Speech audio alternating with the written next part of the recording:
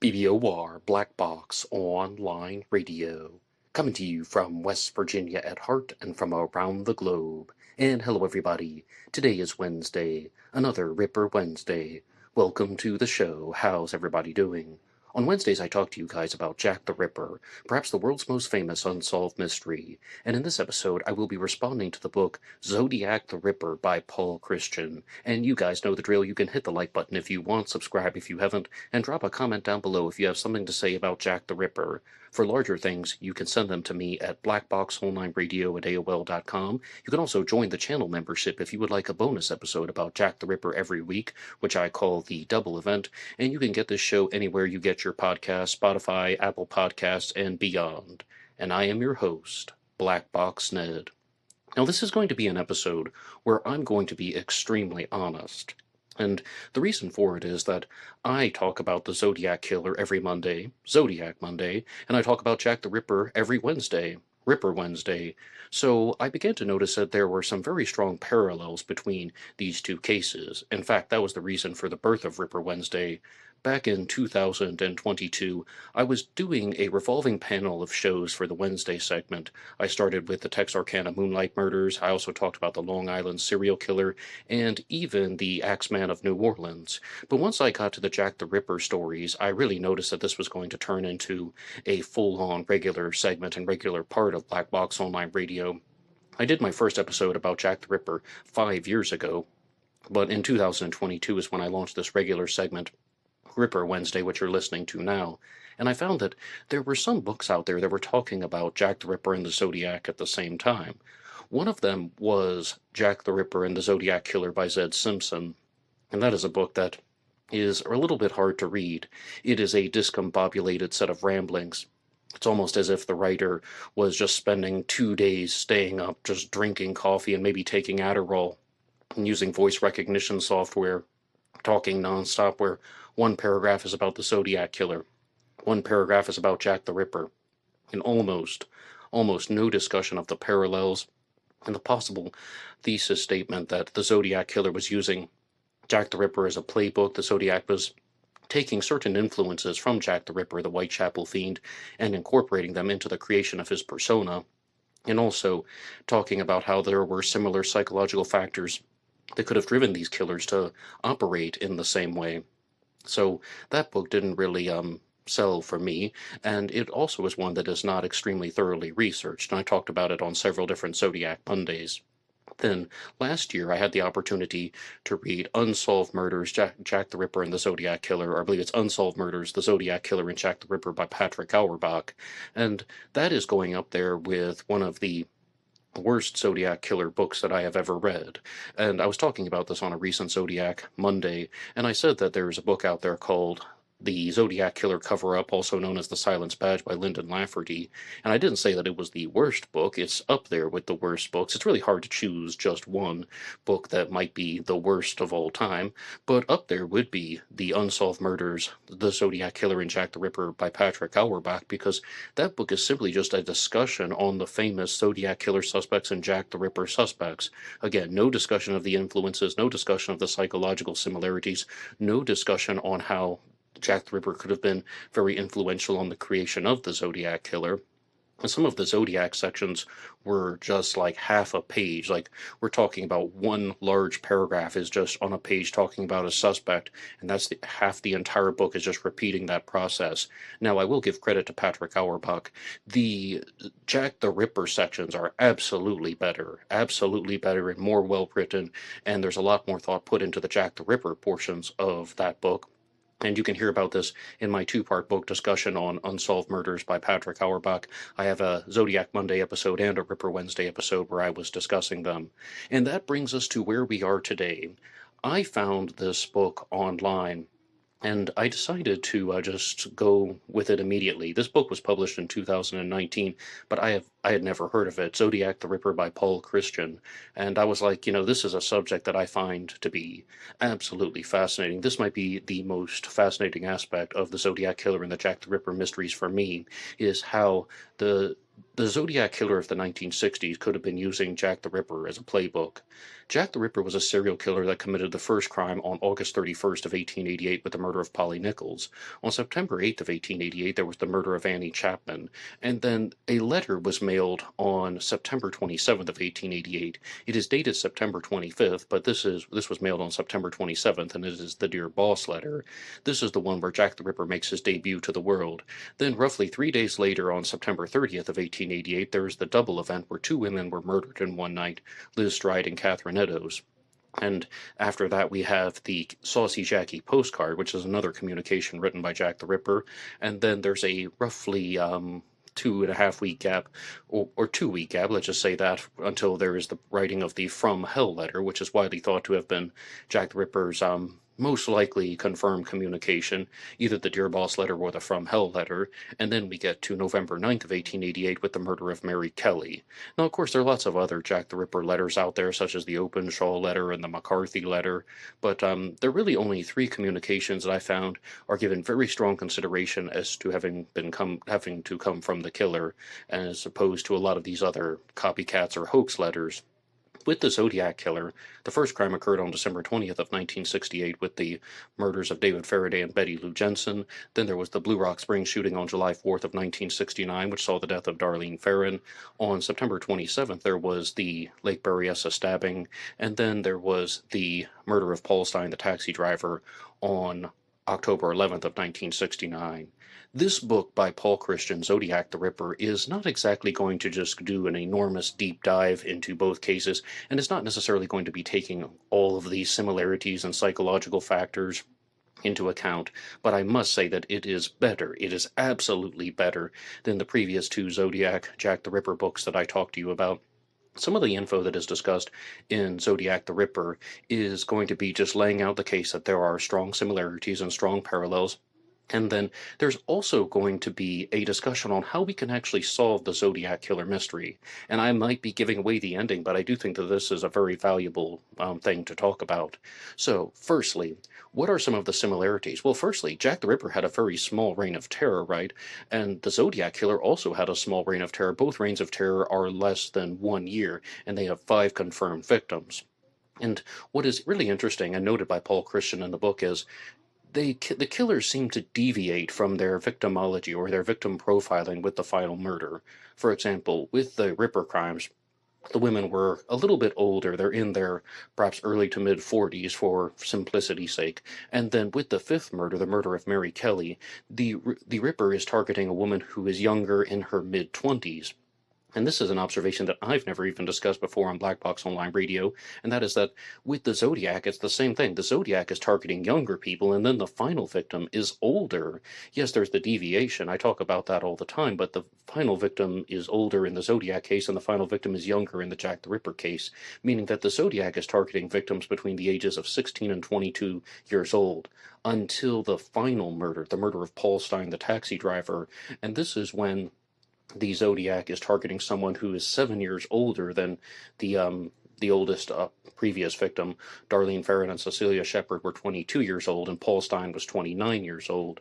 So this is just really going to show that this could be something that is intentionally done by the killers, or it could also be a psychological factor, because if we look at a different serial killer set of homicides, the Texarkana Moonlight murders, which occurred in 1946, there is also a deviation from the MO, where you have this hooded serial killer who is targeting couples that are parked in cars in lovers lane settings. Then you get to the murder of Virgil Starks in May of 1946, the final victim, and he is an older man, 37 years old, sitting in his house. He's not parked in a lover's lane. He was with his wife at the time, but he was, again, considerably older than the other victims. The first 3 crimes follow a very similar MO, very similar victimology, and then the final crime has a very strong difference in age, and I've never paid attention to the specific difference in age. But the other things that Paul Christian is talking about in the book is that it appears that there is an undeniable similarity between the Zodiac killer and Jack the Ripper. I talk about this stuff all the time, and the one that he points out is that The Zodiac and Jack the Ripper both mailed their communications to either the newspapers or the news agency. Jack the Ripper's first letter, the Dear Boss letter, was mailed to the Central News Agency, and the Zodiac Killer mailed his letters to the newspapers. The first Zodiac Killer letters were mailed on July 31st of 1969, or they're called the July 31st, 1969 debut letters. And they were mailed to three different newspapers, the Vallejo Times-Herald and the San Francisco Examiner and the San Francisco Chronicle. And this also contained portions of the Zodiac Killer's cipher. And what this talks about is there's a very specific note on this, because the killer is not trying to target someone specific with these early letters. He is trying to get coverage. He's trying to get notoriety. He's trying to share an image of terror with the general public. He wants publication. He could just write to a specific person. He could have mailed the letters to anybody. He could have mailed them to the police. He could have mailed them to the mayor. He could have mailed them to a political figure, and perhaps, like there will become individual threats will come later. But with the Zodiac Killer's letters and Jack the Ripper's letters, they start out by going to the media. Now, as Richard Jones of Jack the Ripper Tour likes to point out, that with the Dear Boss letter, it was not mailed to a newspaper. It was mailed to the Central News Agency, so it did not get local coverage. It went out on the wire and received national coverage. So this goes to show that maybe the person who mailed the Dear Boss letter had some type of understanding of newspapers and how the media functioned. Whereas with the Zodiac Killer, maybe the Zodiac was not a journalist or reporter or someone of that profession. And this is something that is discussed in the book Zodiac the Ripper by Paul Christian, when he points out that there is a widely held belief that the Jack the Ripper letters are hoaxes, that they were not written by the killer. Yes, there could have been a real serial killer who was operating in Whitechapel, but someone just started to pretend to be him. Someone was pretending to be him when they were writing these letters, and they created this persona of Jack the Ripper, which wasn't actually from the real killer at all. And if you were to ask me, Ned from Black Box Online Radio, do I think that the Ripper letters were hoaxes? I would say yes. If you were to ask me, do I think the Zodiac letters were hoaxes? I would say no, I don't think they're hoaxes. I definitely think there are authentic letters that were written by the Zodiac Killer. The real killer wrote the letters and mailed them in. Yes, of course, they're unconfirmed communications, but there are definitive letters that came from the real killer. So how exactly does this line up? Well, Paul Christian talks about this when he states that he believes that the Zodiac Killer was an intentional Jack the Ripper copycat. And that is something that I think is a very, very strong possibility. That was my leading theory for a very long time. But why would he be a copycat if the letters are commonly accepted as hoaxes? How exactly does that line up? Well, he points out that in 1968 and 69, this concept of the Ripper hoax theory might not have been common knowledge to somebody in San Francisco. Let's say, for example, somebody is sitting back and they're reading true crime magazines and books and so on. Then are they going to just immediately go with the Ripper hoax theory? Would the Zodiac Killer even have been aware of the Ripper hoax theory if he was just commonly familiar or casually familiar with the activities of Jack the Ripper? So that would easily show that he could create the Zodiac Killer persona with inspirations from Jack the Ripper, and the Ripper letters could still be hoaxes. Now, if you want to dispute this thing about the Ripper letters being hoaxes, you can put your ideas in the comment section down below. I would love to read them, and I would love to just keep the discussion going and just share anything that you want. Again, you can email me larger things, but really I would love to know your feedback about the authenticity of the Zodiac letters and the authenticity of Jack the Ripper's letters. But as far as this goes, I was once on the panel discussion show that is featured on Mysteries with Mr. Belgique, where some of us get together and we talk about the Zodiac Killer. We were discussing this concept of the Zodiac, Jack the Ripper inspirations, giving a shout out to another panelist named Druser, who asked me a question. Would somebody in San Francisco in 1968 or 69 have in-depth knowledge of the Zodiac, or of Jack the Ripper? Like, would somebody in 1968 and 69 be familiar with aspects of the Jack the Ripper case well enough to take inspirations from Jack the Ripper and incorporate them into his persona? My answer to that was absolutely yes.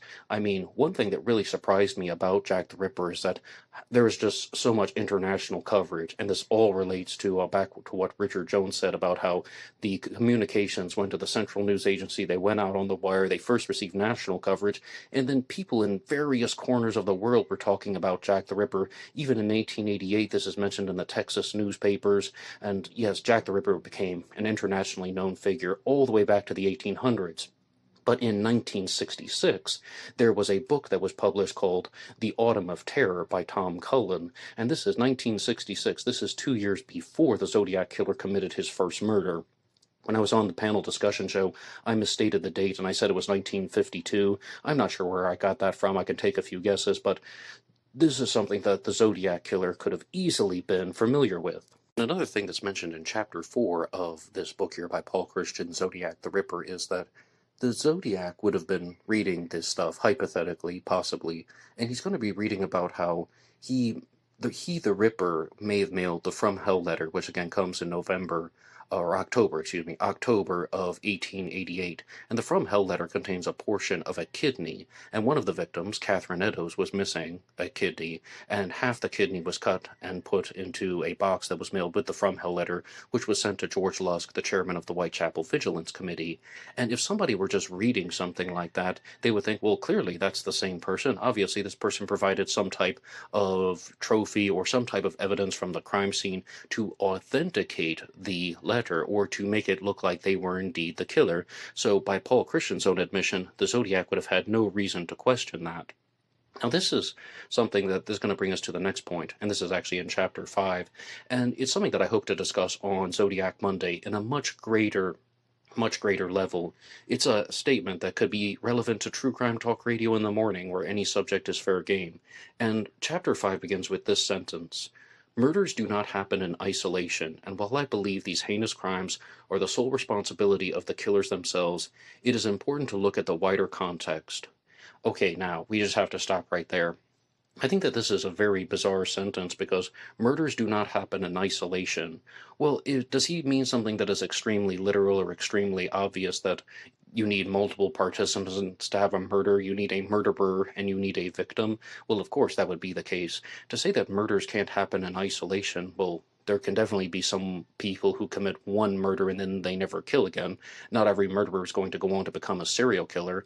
Or, I mean, there can also be murders that happen that are not necessarily provoked, not necessarily premeditated, that there can be an act of murder, but it could just be something as simple as a road rage incident, or some people are alone in a secluded area and some type of altercation takes place and a murder kicks off, or maybe some people are walking down city streets and someone looks at somebody the wrong way and the murder happens where the people didn't even know each other 5 minutes prior to that. Those types of crimes can definitely exist. Now, if you mean isolation from people or isolation from society or isolation from social groups, I just think that that's a very bizarre sentence. And on the one hand, absolutely murders can happen in isolation. For all the examples that I just listed, those are things that aren't necessarily connected to any larger plan. Now, if you want to be like, multiple people are required to have a murder, the murderer and the victim, I would completely accept that. I don't think it's the most practical statement in the world. However, this is something, though, that is just going to look at different, just some different food for thought. Again, you can weigh in the comments section down below. Now, as far as Jack the Ripper books go, this is one that is going to take some turns that I don't necessarily think are the most beneficial, because there are lots of discussions about Karl Marx and the Russian Empire, and I don't know about you guys, but when I'm reading a book that is supposed to be about Jack the Ripper and the Zodiac Killer, I just want Jack the Ripper and the Zodiac Killer. And yes, Paul Christian does tie these subjects to Jack the Ripper, Karl Marx, and the Russian Empire. And yes, Karl Marx was not from Russia, but from the Russian Empire. All of this stuff is connected politically in some ways. And to me, I just didn't necessarily get the strongest benefit from that material. But now we are finally getting to the end of the book, and this is a rather short one, though. I got the electronic copy on Kindle. And the end of the book is talking about how can we solve the Zodiac Killer mystery. And one thing would be that he's making the bold claim, Paul Christian that is, that the Zodiac Killer was indeed a Jack the Ripper copycat. the Zodiac Killer was indeed somebody who had familiarity with Jack the Ripper's crimes, and he incorporated elements of Jack the Ripper's persona into his own persona.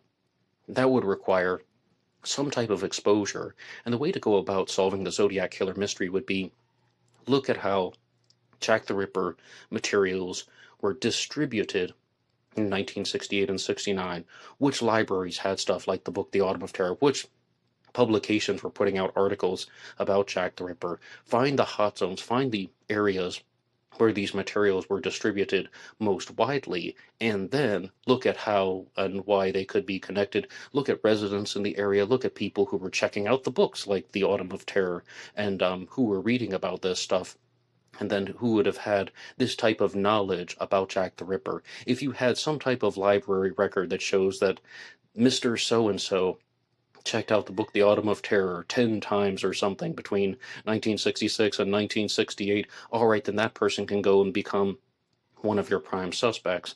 Because what he's trying to say is something that I stood by for a very, very long time, and that is that the Zodiac Killer seemed to know what he was doing in terms of creating his own 20th century Jack the Ripper persona. I said this for years on Black Box Online Radio. I thought the Zodiac was emulating from Jack the Ripper, and I mean, it's a very, very creative way of looking at how you can actually solve the Zodiac Killer mystery, because so many people are thinking about, all right, well, this is going to be something where we have to just look at for fingerprints and DNA and palm prints, and all of that stuff is true, by the way. But how do you actually find the right person? How do you actually find the person of interest to begin investigating someone whose fingerprints, DNA, and palm prints that you would want evaluated? And again, I said this stuff for years, and I was my going theory until about the spring of 2024, when I had to make the ultimate realization that these could all just be psychological similarities, and I always knew that. I always knew that. If you go back and listen to my old Black Box recordings, so I'll say stuff like, all right, either the Zodiac Killer is using Jack the Ripper as a playbook, or they have the exact same psychological background. And over the last 9 months, I've really leaned toward the latter, that maybe, just maybe, the Zodiac and Jack the Ripper had the same psychological backgrounds. It still hasn't completely deterred me from exploring the connections and the parallels and all of the similarities, but it's just something that I had to ultimately admit that this could just be how serial killers function. These specific types of serial killers, the Phantom Killer, the Axeman of New Orleans, the Zodiac Killer, Jack the Ripper, maybe even other killers like the 3X Killer from the 1930s, that also wrote in letters that sometimes people have been through the same traumatic experiences. They have very similar personality traits, and they've been molded in particular ways. But I just can't get over some of these similarities. Like, it starts out with, you have a killer who is writing letters to the media to get coverage, whether it's the Central News Agency or the newspapers, the Times Herald, the Chronicle, and the Examiner, and then the killer deviates from that and starts sending in letters with a specific way of proving it. The Zodiac mailed in letters with pieces of Paul Stine's bloody shirt, the Ripper mailed in a letter with half a kidney, and the half a kidney goes to George Lusk with the From Hell letter, right? Well, then the Zodiac also mailed in multiple pieces of Paul Stine's bloody shirt in different letters, and one of the letters was mailed to Melvin Belli, an attorney. So you have this deviation from mailing letters to the media to just mailing them to a specific individual, trying to get the attention of some specific high-profile individual in Whitechapel or in San Francisco. And to me, these are just so strikingly similar. It could all just be similar thought patterns that have existed, or it could also be that the Zodiac was indeed using Jack the Ripper as a playbook. But I'm going to confess something to you guys. I actually had a different topic originally lined up, and again, I found this book several days ago, and I read through it as quickly as I could. I actually read through it twice because, it's rather fast-moving and it's a subject of particular fascination for me. But it's a little bit difficult to talk about things other than the Jack the Ripper suspect Aaron Kosminski, who has been mentioned in the news a lot at the time of this recording. And there's been a media firestorm going on about how an individual named Russell Edwards has solved the Jack the Ripper mystery, and that Jack the Ripper was a Polish hairstylist named Aaron Kosminski, one of the most widely discussed Jack the Ripper suspects. Russell Edwards published his findings in a book called Naming Jack the Ripper back in 2014. And for this week's Ripper Wednesday, I told you guys I was going to be very honest. I had this whole concept in mind. I was going to do a massive expose and preview of Naming Jack the Ripper by Russell Edwards, and I was going to read his entire free sample from Kindle on Ripper Wednesday because I was like, he put this out there for free. All right, it's a free resource. Then I was going to go to the book reviews of Naming Jack the Ripper and look at what other people had to say about it. Then I was going to pull your comments from YouTube, the things that you have said about Russell Edwards and Aaron Kosminski being Jack the Ripper, and then ultimately I was going to give my analysis. I was planning something like a 1 hour episode, all discussing the book Naming Jack the Ripper, Russell Edwards, the DNA evidence that was left on a shawl that was allegedly in the possession of Catherine Eddowes, or that came into contact with Catherine Eddowes. That's the fairest way to put it. And these news stories. I've talked about the DNA evidence and Russell Edwards over the last 4 Ripper Wednesdays. So today was also time for something different, but that's not only it. That's not only it, because 80% of the world believes that the Jack the Ripper case has been solved. 80% of people who watch the evening news, rather, believe that the Jack the Ripper case has been solved, and Jack the Ripper was Aaron Kosminski. However, the reason why I chose to scrap that plan was I was reading through Naming Jack the Ripper by Russell Edwards, and that book is so unbelievably boring. I mean, there are all of these things in there that just aren't relevant to the Jack the Ripper case. They're all just about him or just about his personal life. And his book reviewers ultimately said the same thing, that, he's using this as an opportunity to tell his own personal story about how he became fascinated by Jack the Ripper, about how he chose to try and obtain a shawl that was in the possession of Catherine Eddowes, or as I said, came into contact with Catherine Eddowes. And then I'm just sitting back and thinking, this isn't going to work. And a lot of people do this, whether it's the Zodiac world, the Jack the Ripper, the world, or just other true crime cases. They want to use this as an opportunity to share their life story. Maybe they have a right to do that. I mean, it's their book. They can write it any way they want. But they want to use it as an opportunity to share their own personal experiences about how they encountered this material. And if they were just to present it that way, then that would be something rather fascinating. But the fact that they're just going to say that, oh, this is a book called Naming Jack the Ripper, this is about how I've determined the identity of Jack the Ripper, and then you're just talking about yourself nonstop, chapter after chapter, I'm like, oh my goodness, just get to the points about Jack the Ripper or something like that, because that's what you claimed you were offering. And, this happens a little bit in Zodiac the Ripper by Paul Christian, where he goes off on some, not exactly tangents, but he goes off into things that I felt weren't necessarily Jack the Ripper or Zodiac related in the heart of the matter, at the heart of the matter, and that was that stuff about Karl Marx and so on, that was just a little bit difficult for me to pay attention to. But with something like Naming Jack the Ripper by Russell Edwards, we're talking about this to the nth degree, and I would love to know what you guys think about any of the things that I've discussed in this episode. A little bit Zodiac Monday, a little bit Ripper Wednesday in this one, but still, you can give your feedback, even if you want to talk about Aaron Kosminski and Russell Edwards in the comment section down below. I'm just sharing some stuff that is very personal about how I was exploring the material, because ultimately that's the heart and soul of a show like Ripper Wednesday. I'm talking to you guys about the explorations and the thought processes, but still trying to keep it focused and relevant to the content and the material, as opposed to just telling you guys what I had for breakfast today or something like that. And I mean, my final note on Russell Edwards is that he is someone who seems to have put an enormous amount of time, effort, and energy into the creation of his book, Naming Jack the Ripper, as well as obtaining the shawl that he was using for the DNA evidence, spending £150,000 plus at an auction to purchase this shawl. And something about that just bothers me. Something about that bothers me, and I'll discuss that on a future episode of Ripper Wednesday. But I would love to know what you guys think. What do you think about the similarities between Jack the Ripper and the Zodiac Killer? What do you think about these observations and parallels? Do you think that the Zodiac Killer and Jack the Ripper were people who just had similar psychological problems? Did they just have the same types of mental illnesses? Did they just have the same types of upbringing, the same problems of bonding with their parents, the same insecurities and narcissistic drives to commit the crimes this way? Or do you think that the Zodiac Killer was reading true crime magazines and books, and he learned about Jack the Ripper and thought, you know what, I'm going to create my own Jack the Ripper style persona? Which one do you go with?